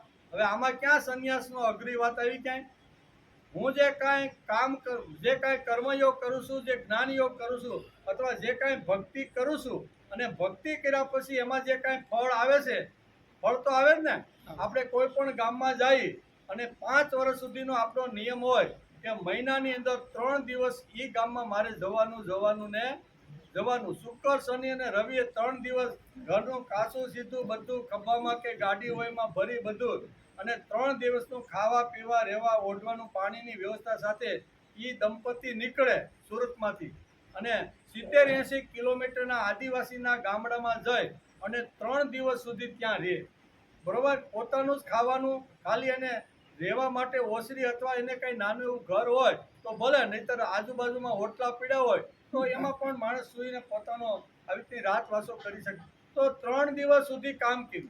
કોઈનું કોઈનું ચા લીધો નહીં, કોઈની કોફી લીધી નહીં, કોઈની પાસેથી કોઈની ઘેરે ગયા તો કોઈના મને ફૂલ આપે અથવા હાર આપે એની ઘેરે, આ મહાન માણસ સુરતથી આવ્યા છે, મને કાંઈક જ્ઞાનની વાતો કરશે એમ કરીને હાર, આવી કોઈ પણ પ્રકારની અપેક્ષા રાખ્યા વગર 3 દિવસ સુધી ગામની અંદર ભાવથી પ્રેમથી બધાને મળે, બધાની સાથે રહે, એમની સારી વાતો સાંભળે અને આપણી પાસે સારી વાતો હોય એને કરે, આમ કરી અને એકબીજાનો પ્રેમ લે અને બીજાને પ્રેમ આપે, આમ કરી અને એ માણસ 5 વર્ષ સુધી ત્યાં ગયો, બરોબર ને. દર મહિનામાં 3 દિવસ ત્યાં ધામા નાખે, હળે મળે, બધાની સાથે આવી રીતનો પ્રેમનો વ્યવહાર બાંધે અને પછી ગામ લોકોને થાય કે 5-5 વર્ષ સુધી આપણા ગામમાં આવે છે, કાંઈ લીધું નથી, કોઈ પણ પ્રકારની અપેક્ષા રાખ્યા વગર પોતાની ટિકિટ ટિફિન ટાઈમ લઈને આવે છે, તો આપણે એનું સ્વાગત કરવું જોઈએ. એ સ્વાગત કરવા માટે આવે છે ત્યારે એ ભાઈ કહે છે કે મારું તમે સ્વાગત કરો એટલા માટે પણ હું તમારા ગામમાં આવતો નથી, તમે મને ફૂલનો હાર પહેરાવી અને મારું સન્માન કરો એટલા માટે પણ હું અહીંયા આવ્યો નથી. હું તો એક તમારા જેવા જે ભગવાનના જે દીકરાઓ છે, તમારી અંદર જે ભગવાન છે એ જ ભગવાન મારી અંદર આવીને બેઠો છે, હું એને નમસ્કાર કરવા માટે આવું છું. તમારી અંદર જે ભગવાન છે એ જ ભગવાન મારી અંદર છે, હું પણ તમારા જેવો જ હતો. તમે અત્યારે જે 5 વર્ષ પહેલા ગમે તેમ આવી રીતના પક્ષીઓને મારીને ખાતા હતા, કુકડાઓને મારીને ખાતા હતા, બરોબર ને, અને દારૂ પી અને પત્નીઓ સાથે ઝઘડાઓ કરી અને પત્ની જે કાંઈ દાડી 15-20 રૂપિયાની એ વખતે લઈને આવે ને, 5 રૂપિયા માગે, પત્ની આપે નહીં કે બાળકોના ચોપડા લેવાના છે, આ પૈસા હું તમને આપીશ, એમ જ્યારે પત્ની જ્યારે એને કહેતી ત્યારે હાથમાં દંડો લઈ અને પત્નીને મારીને અબોડીને એની પાસેથી પૈસા લઈ અને 6:45 દારૂની કોથળી પીવા માટે નીકળી જતો હતો. આવા 5 વર્ષ પહેલા અમે બધા હતા, પણ તમે અમારા ગામમાં આવ્યા, સારી ભગવાનની વાત કરી, કૃષ્ણની વાત કરી, રામની વાત કરી, ગીતાની બધી વાતો કરી અને અમારી અંદર વિશ્વને ચલાવવાળી શક્તિ આવીને બેઠી છે, તો અમારે ગમે તેવું વર્તન કરાય નહીં, ગમે તેવું આવી રીતનું ખવાય નહીં. એ તમે 5-5 વર્ષ સુધી તમે અમારા ગામમાં આવ્યા, અમને સારા સંસ્કારો મળ્યા અને અમારા વ્યસનો ગયા, અમે જે મારપીટ કરીને પત્ની પાસે દારૂ પીવા માટે જે પૈસા લઈ જતા હતા ને, છોકરાને ભણાવવાની ફીના એ બધું અમારું બંધ થયું. અમે મહેનત કરવા, જેમ મારી પત્ની મજૂરી કરવા જાય છે એમ હું પછી આ જંગલોની અંદર આવી રીતે મજૂરી કરવા માટે જાઉં છું. અમારું જીવન સુધર્યું, અમને સારા સંસ્કારો મળ્યા, અમને એટલે અમારે તમારું સ્વાગત કરો. આવું જ્યારે કહે ને એ ફળ કહેવાય. શું કહેવાય? 5-5 વર્ષ સુધી માણસ જાય, કોઈ પણ પ્રકારની અપેક્ષા રાખ્યા હોય, ફળ તો આવવાનું જ. લોકો સારા કહેવાના, સારું કર્યું એટલે સારું તો કહેવાના, પણ એ વખતે માણસે આવી રીતનું ભાનમાં આવવું જોઈએ કે હું જે કાંઈ કરું છું મારા લીધે કાંઈ થયું નથી. મને કોઈ મહાપુરુષ, મને કોઈ પાંડુરંગ શાસ્ત્રી જેવા મહાપુરુષે એમણે જે કાંઈ વિચાર આપ્યો છે, એણે કાંઈ જે સમજણ આપી છે, એ જ વિચારો લઈને હું અહીંયા આવું છું. અને આ મારી શક્તિથી થતું નથી, મારી અંદર કોઈ શક્તિ મને કામ કરાવતી રહેલી. આ સમજણ જો પાકી થાય ને તો એને ભક્તિના ફળ આવ્યા કહેવાય. શું કહેવાય? આ ભક્તિનું ફળ આવે ને એ વખતે માણસે ઘેલા થવાના બદલે એ ફળ ભગવાનના ચરણે ધરી દેવું જોઈએ. એટલે ભગવાનના ચરણે બે રીતે અહીંયા ફળ ધરી શકાય એવું આપણું ભાગવત આપને સમજાવે છે. એક તો કર્મયોગથી માણસ, કર્મયોગ અને જ્ઞાનયોગથી માણસ આવી રીતનો ભગવાનના ચરણે ધરી શકે છે, અને બીજું ભક્તિથી ધરી શકે છે. તેથી 2 વાત અહીં સમજાવી છે કે જ્ઞાનથી કર્મ ભગવાનને આપી શકાય છે અને બીજું ભક્તિથી પ્રેમથી ભગવાનને કર્મ આપી શકાય છે. આ રીતે કર્મ ભગવાનને આપવું એનું નામ સંન્યાસ છે. ભગવાનને જ્ઞાનથી કર્મ આપવું એટલે શું? ભગવાનને જ્ઞાનથી કર્મ આપવું એટલે શું? જે કર્મ કરું છું તે કર્મ મારું નથી. હું જે કાંઈ કર્મ કરું છું, ભગવાને પણ ગીતામાં આ જ વાત કીધી ને. ભગવાને કીધું કે હે અર્જુન, તારા અને મારા વચ્ચે જે કાંઈ સંવાદ થયો, 18મો અધ્યાય વાંચો ઘેરેથી, એમાં ભગવાન અર્જુનને કહે છે કે હે અર્જુન, તારા અને મારા વચ્ચે જે જ્ઞાનની ચર્ચા થઈ, જે કર્મયોગની ચર્ચા છે, જે ભક્તિની ટોચની વાતો મેં તને 12મા અધ્યાયની અંદર જે બધી જે સમજાવી છે ને, આ મારું જે તત્વજ્ઞાન છે, મારી ભક્તિ છે, મારો જ્ઞાનયોગ છે, મારો કર્મયોગ, મેં જે તને સમજાવ્યો છે ને, એ મેં તને જે સમજાવ્યો છે એ જ જ્ઞાન લઈ અને સમાજના અંતિમ માણસ સુધી જે જાય છે ને, આનાથી વધારે મને કોઈ પ્રિય. મેં જે વાત જે ગીતામાં કીધેલી છે એ જ વાત લઈ અને સમાજના અંતિમ માણસ સુધી જવાનો જે પ્રયત્ન કરે છે ને, આનાથી મને કોઈ વધારે પ્રિય નથી. એટલે જ્ઞાનની ઉપાસના પણ અહીં સમજાવે છે કે ભગવાન પાસેથી મળેલું જે જ્ઞાન છે, ભગવાન પાસે મળેલું જે કર્મયોગ યોગ અને ભક્તિની જે વાતો છે ને, એ ભગવાન તમારા લીધે મને મળેલી છે. અને મારી પાસે તમારું જ્ઞાન હોય અને તમારા જ્ઞાનથી હું સમૃદ્ધ થયો હોય, તમારા જ્ઞાનથી મને સારી રીતે વૈભવ મળ્યો હોય, આટલા મોટા સુખ સગવડતાના આલિશાન બંગલાની અંદર, આલિશાન એપાર્ટમેન્ટની અંદર જો ભગવાન તમે આવા સંસ્કાર મને ન મળ્યા હોત તો મારું જીવન ક્યારનું બરબાદ થઈ ગયું હોત. ગમે ત્યાં આવી રીતનો વૈભવ મળ્યા પછી દારૂના આડાની અંદર, કલોબોની અંદર કે જુગારની અંદર મસ્ત થઈને બધી સંપત્તિ ખલાસ મેં કરી નાખી હોત. પણ ભગવાન તમે મારી અંદર આવીને બેઠા, મહાપુરુષ પાંડુરંગ શાસ્ત્રી જેવા નું અમને માર્ગદર્શન મળ્યું અને એને જ હિસાબે અમે આજે આટલા ટોચ ઉપર ગયેલા છીએ. ટોચ ઉપર જ્યારે જાય ત્યારે એના ફળ તો આવવાના. લોકો સારું કહેવાના, પણ એ વખતે માણસે સાવધાન રહેવું. ના હોય તો હોય ભાઈ, હો ખલાસ પૂરું. અત્યાર સુધી જે કાંઈ કર્યું ને એ બધું 5-25 લોકો વખાણ કરવા માટે તમે અહીંયા આવો છો ને ભાઈ, એટલે અમને 11 વાગ્યા સુધી બહુ મજા આવે છે. અને હું કહું હા હો ભાઈ હું સૌ એટલે સમજવાનું કે આ માણસ ખાડામાં પડી ગયો. તેથી અહીં કર્મ ફળ ભાગવત આપને આ જ સમજાવે છે કે જે કાંઈ સારા કર્મ કરો એના ફળ આવવાના. લોકો 5-25 લોકો તમારી પ્રશંસા કરવાની, તમારી વાહવા કરવાની, તમારી આવી રીતનું કરો, તો એ વખતે માણસે સાવધાન રહેવાની જરૂર. સાવધાન રહીને કહેવાનું કે ભાઈ હું તો ખાલી નિમિત્ત બન્યો છું, અંદર કોઈ શક્તિ મને હલાવે છે અને એ શક્તિ મને જે હલાવે છે ને એના ચરણમાં તમે તમારું કર્મ ફળ કરો. આ કહેવાની હિંમત માણસને હોવી જોઈએ. તેથી રોજ ઘેરે જાય અહીંથી અને ભગવાનની પાસે 2 હાથ જોડીને ભગવાનને કહેવાનું કે કાયેન વાચા મનસેન્દ્રિયેર્વા બુદ્ધ્યાત્મા વા પ્રકૃતે સ્વભાવ કરોમિ યદ્યત સકલમ પરસ્વે નારાયણાય સમર્પય. ભગવાન આ જે કાંઈ ફળ આવ્યું છે ને, હે નારાયણ હું તારા ચરણની અંદર ધરી દઉં છું. બરોબર, આ કહેવાની હિંમત હોવી જોઈએ. તેથી અહીંયા ભગવાને બહુ સ્પષ્ટ ઉદ્ધવની સાથે બહુ સારો વ્યવહાર કરતા ભગવાન કહે છે કે હે ઉદ્ધવ, તારી પાસે 2 જ વાત છે. એ 2 જ વાત તું ભગવાનના ચરણે અર્પીને તું મારી આવીથી પામી શકે છે. એમાં પહેલું છે જ્ઞાનથી કર્મ ભગવાનને સોંપવા અને બીજું છે ભક્તિથી કર્મ ભગવાનને. 2 જ રસ્તા એવા છે કે જે મારા સુધી આ રસ્તા લાવે છે. ભગવાનને જ્ઞાનથી કર્મ આપવું એટલે શું? જે કર્મ હું કરું છું તે કર્મ મારું નથી. જ્ઞાનથી કર્મ ભગવાનને સોંપવું એનો અર્થ શું થાય કે હું જે કાંઈ કર્મ કરું છું એ કર્મ મારું નથી. એમ છે એનું કારણ તેમાં મારી શક્તિ નથી. એની અંદર આપણી શક્તિ નથી. કર્મમાં શક્તિ મારી નથી, તેમ સંકલ્પ પણ મારો નથી. તો સંકલ્પ તે જ કર્યો છે તો આ કર્મના ફળ તારા જ હોઈ શકે. ચરણે આ ધરવાનું છે. જે શક્તિથી હું ખાઉં છું, જે શક્તિથી હું બોલું છું, જે શક્તિથી હું કમાઉં છું, જે શક્તિથી હું આપું છું, તે શક્તિ ભગવાન તારી છે. આપણે અહીંથી કોઈ 2 કિલોમીટર, 3 કિલોમીટર કે 1 કિલોમીટર કે આપણે આવતા હોઈશું તો આવ્યા કોની શક્તિથી ભાઈ? અંદર કોઈ બેઠેલી શક્તિ છે તે જ આપણા પગને ઊંચકીને આપણે અહીં સુધી લાવે છે. શક્તિ ભગવાન તમારી, બરોબર? તમે આટલું બધું કરો છો, શક્તિ તમારી છે.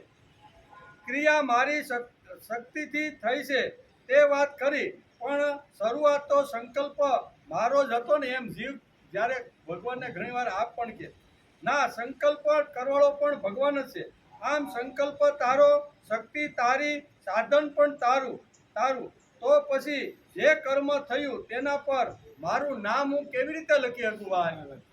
તું અંદર બેઠો છે તેથી જ બધું સંકલ્પ થાય છે. જાઉં છું, ખાઉં છું, પીવું છું, જે કાંઈ બધું જે છે ને એ બધું તારી શક્તિથી થાય છે. અને તારી શક્તિથી મને જો આ વૈભવ મળ્યો હોય, બરોબર, તો હું પછી મારા ઉપર એનું જો નામ લખી દઉં તો હું ચોર કહેવાઉં. બીજાની વસ્તુ ઉપર હું મારું પોતાનું નામ લખી દઉં.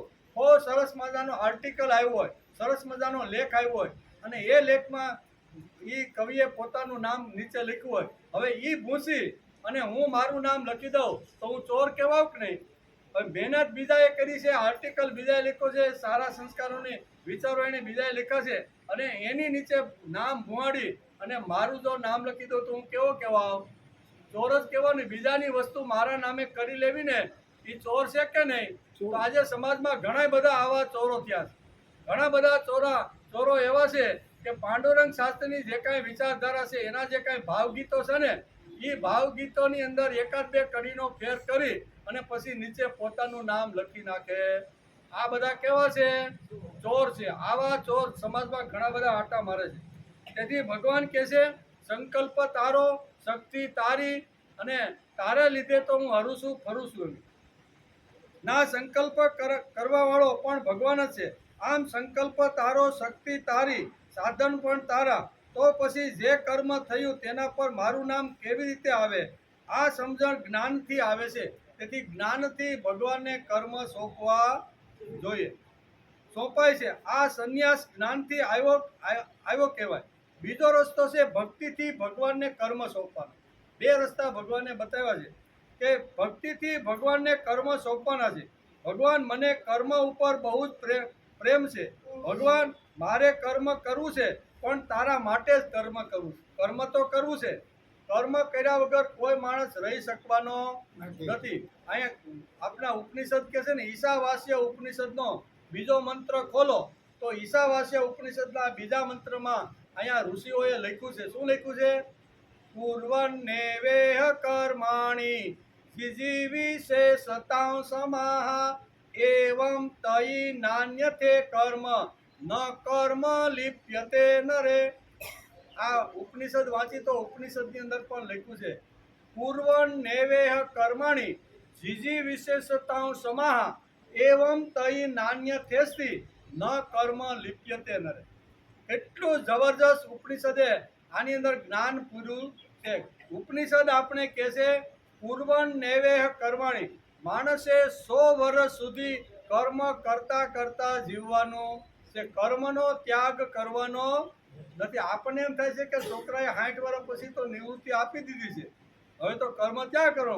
તો કર્મનો પ્રકાર બદલવાની વાત અહીં ઉપનિષદ આપણે સમજાવે છે. સંસાર વ્યવહારમાંથી આવી રીતના મુક્ત થયા પછી, વિરક્ત થયા પછી માણસે ભગવાનનું કામ, સમાજનું કામ, આપણા શાસ્ત્રની અંદર જે કાંઈ સમાજનું કામ ઘણું બધું પડેલું છે, ભગવાનનું કામ પણ ઘણું બધું પડેલું છે.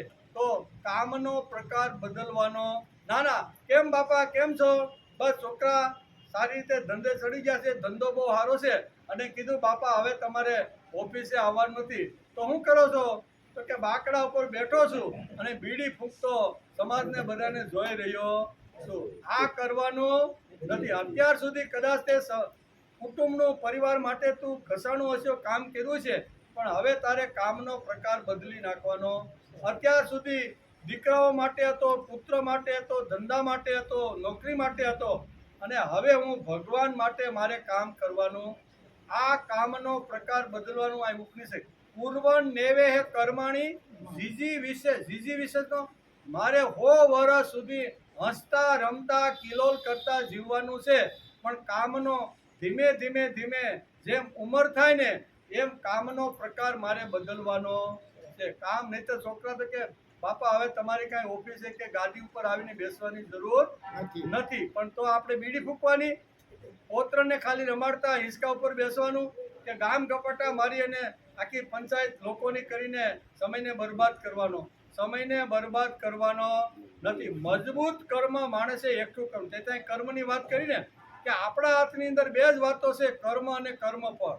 તો હવે જે આપણને આ અવસ્થાની અંદર, આ ઉંમરે આપણને જે સમય મળ્યો છે ને, એ સમયની અંદર આપણે આપણું કર્મ મજબૂત કરવાનું છે. હવે ક્યાંય આડા હવડે ખોટો સમય ન બગાડતા, વેસ્ટ ન કરતા મારે જ્યાં જવાનું છે એ કર્મને મજબૂત મારે કરવાનું છે. ભાગવતકારે બહુ સરસ રીતે આ બધી વાતો આપણે સમજાવી છે.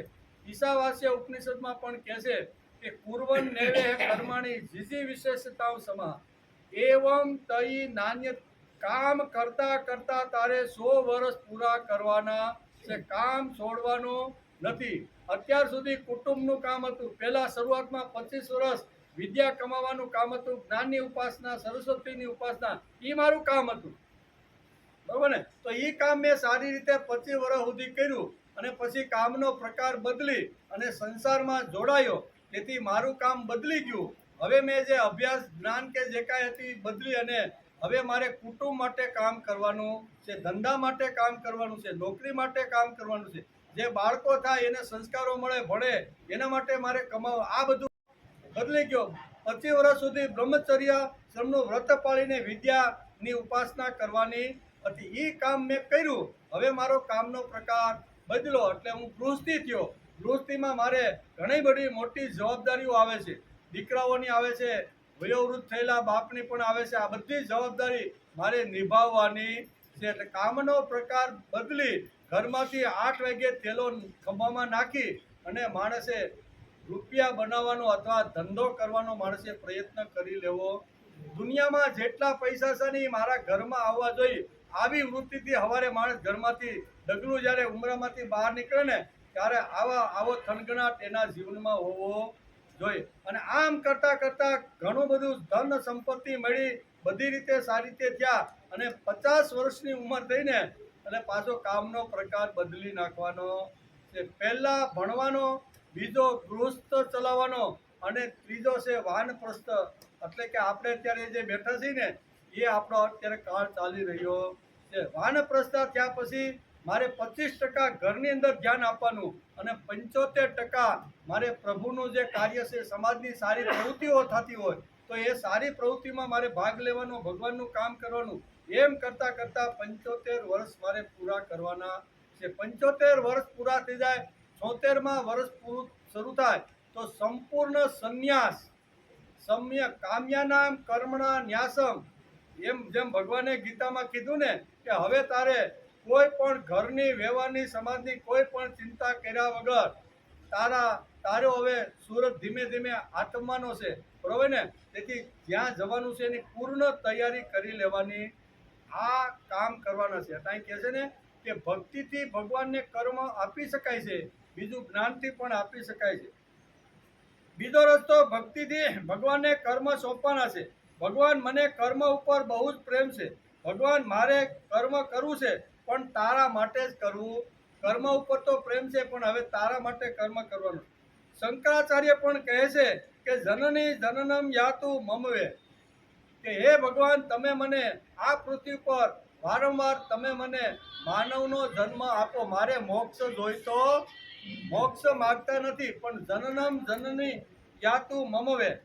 તુકારામ, શંકરાચાર્ય જેવા મહાપુરુષો કર્મથી ભાગ્યા નથી. કર્મ કરવાથી ભાગ્યા નથી. તેમને કર્મ તરફ નફરત નથી. તે કહે છે કે ભગવાન મેં જે કર્મો કર્યા છે તે કર્મો મારી પાસે છે, એ તને હું અર્પણ કરું છું.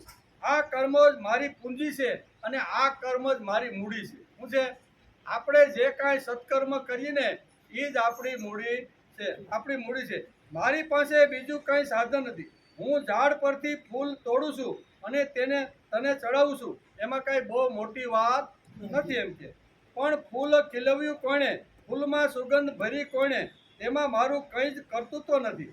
તારો પ્રભાવ જ મેં ઉપાડ્યો છે. તારો પ્રભાવ હતો તેથી મૂળિયામાં સિંચેલું પાણી આવી રીતના છોડના છેલ્લા પાંદડા સુધી પહોંચ્યું, એમાં ફળ લાગ્યા, ફૂલ આવ્યા, પણ એ પ્રભાવ કોનો હતો? તારો. તારા પ્રભાવ વગર ફૂલ ખીલતું નથી. તારા પ્રભાવ વગર ફૂલની અંદર સુગંધ નિર્માણ થતી નથી. તો તારો પ્રભાવ મેં ઉપાડ્યો અને ઉપાડીને ભગવાનના મંદિરમાં લઈ ગયો, તો એમાં કાંઈ બહુ મોટી વાત નથી. પણ મારું જે શું છે ને એ ભગવાનને અર્પણ કરવું જોઈએ. મારા કર્મ ઉપર મારું નામ છે તે પ્રેમથી તને આપવાનું છે. આમ કહીને ભક્ત પ્રેમથી, ભક્તિથી ભગવાનને કર્મ સોંપી દે. એટલે ભગવાન સુધી પહોંચવા માટેના બે રસ્તા, એક તો જ્ઞાનથી ભગવાનને કર્મ સોંપી શકાય છે અને બીજું ભક્તિથી ભગવાનને કર્મ સોંપી શકાય છે. જ્ઞાનથી કર્મ ભગવાનને સોંપવા અને ભક્તિથી ભગવાનને કર્મ સોંપવા, આ બે રીતે ગીતાકાર અને ભાગવતકાર આપને અહીંયા સમજાવે છે, સારી રીતે સમજાવે છે. ગીતાકારે જે સંન્યાસ સમજાવ્યો છે તે આવો છે કે કામ્યાનામ કરુણા ન્યાસમ સંન્યાસમ કવયો વિદુ નો અર્થ ફેંકવું નથી. સંન્યાસનો અર્થ થાય છે સમજી વિચારીને મને જે કાંઈ કર્મના ફળો આવ્યા છે એ ફળો મારા ભગવાનને સોંપવા છે. આમાં ક્યાં ભાઈ વિચિત્ર વેશ આવ્યો? આમાં ક્યાં દાઢી વધારવાની વાત આવી? ના, કેમ બાપા દાઢી કરી નથી? તો કે શ્રાવણ મહિનો હાલે છે ને, હવે શ્રાવણ મહિનાને ને તારી દાઢીને શું લેવા દેવા ભાઈ? ભક્તિએ કાંઈ લેવા દેવા ખરું? કાંઈ લેવા દેવા નથી. પણ આપણે શનિવારે દાઢી ન કરી, મંગળવારે. હવે આમાંથી ખરેખર બહાર નીકળવાની જરૂર. મીંદડી આડી પડે ને તોય શાંતિથી ફેટો બાંધીને પાછા વળી જાય. કેમ? તો કે મીંદડી આડી પડી અપશુકન થયા. તો મીંદડીને તને જોયા પછી કેટલા અપશુકન થયા છે અને ઊંદડો મેળ્યો છે કે નહીં મેળ્યો એનો તે વિચાર કર્યો ખરો? હવે આવામાંથી ખરેખર અત્યારે માણસે બહાર આવવાનો જરૂર છે. માણસ શીખ ખાય ને એટલે પાછો ઘરમાં આવ્યો છે. કેમ? જાવું તું પણ શીખ આવીને એટલે હવે અપશુકન થાય છે. અને જો પાછું જવાનું જ નક્કી હોય ને મન થતું હોય ને તો રૂમાલમાં આંગળી નાખી અને પાછી બીજી શીખ ખાય. બે ખાય તો શુકન પાછી. હવે આમાંથી માણસે બહાર આવવાનો પ્રયત્ન કરવાનો. આટલું કેટલા દિવસ સુધી હવે આપણે હાંક્યું? મીંદડી આડી પડવી, શનિવારે દાઢી નહીં કરવાની, મંગળવારે દાઢી નહીં કરવાની. હવે આ કેટલા વર્ષ સુધી હવે હાંકવું છે? આ કઈ બંધ કરવાનું કે નહીં? હવે ભાગવત સાંભળ્યા પછી માણસે આમાંથી બહાર નીકળવાનો માણસે પ્રયત્ન કરી લેવો જોઈએ. ભગવાન કહે છે કામ્યાનામ કર્મણા ન્યાસમ. આટલું સુંદર સરળ ભાષાની અંદર સમજાવ્યું છે અને આપણે ગમે તે રીતે આપણા મનમાં આવે એવું પકડીને ચાલતા રહે. એમાં કવિઓ, તત્વવેતાઓ, જ્ઞાનીઓ કહે છે. અહીં કવિ એટલે તત્વજ્ઞાની, જેમને આત્મ સાક્ષાત્કાર થયો છે, સેલ્ફ રિયલાઇઝેશન જેને થયું છે ને એમણે આ બધી વાતો લખી. જેને આત્મ સાક્ષાત્કાર થઈ ગયો છે એવી વાતો વ્યાસે લખી છે, તેને કવિ કહે છે. અહીં કવિ તત્વદર્શીઓ માટે વપરાયો છે. ઈશાવાસ્ય ઉપનિષદમાં પણ એનું સુંદર મજાનું વર્ણન કરેલું છે.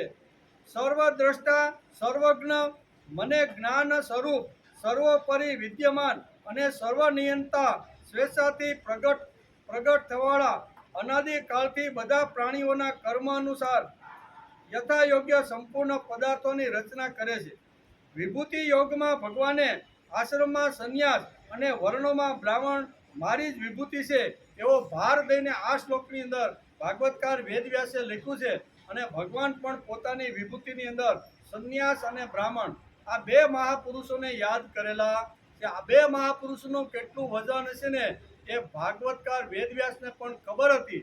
અને ભગવાને ઉદ્ધવે જે પ્રશ્ન પૂછ્યો વિભૂતિ યોગ મને સમજાવો, તો વિભૂતિના અહીંયા 19મા શ્લોકની અંદર ભગવાને કીધું કે જે વર્ણ છે એમાં બ્રાહ્મણ હું છું અને આશ્રમ છે એમાં સંન્યાસ હું છું. ભગવાને પોતાની વિભૂતિ, વિચાર તો કરે કે ભગવાને પોતાની વિભૂતિ ભક્તિના અંતિમ એટલે કે ભક્તિમાં અંતિમ એક વિભૂતિનો દ્રષ્ટિકોણ હોવો જોઈએ એમ ભાગવતકાર કહે છે. ગીતાનો 10મો અધ્યાય ભાગવતકાર વેદવ્યાસે અને ભાગવતમાં એકાદશના 16મા અધ્યાયમાં વિભૂતિ યોગ સમજાવ્યો છે. ભાગવતકાર કહે છે કે વસ્તુ કે વ્યક્તિ તરફ ભાવ અને ભક્તિની નજર જોશો તો ભક્તિનો ઉન્નત અર્થ સમજાશે.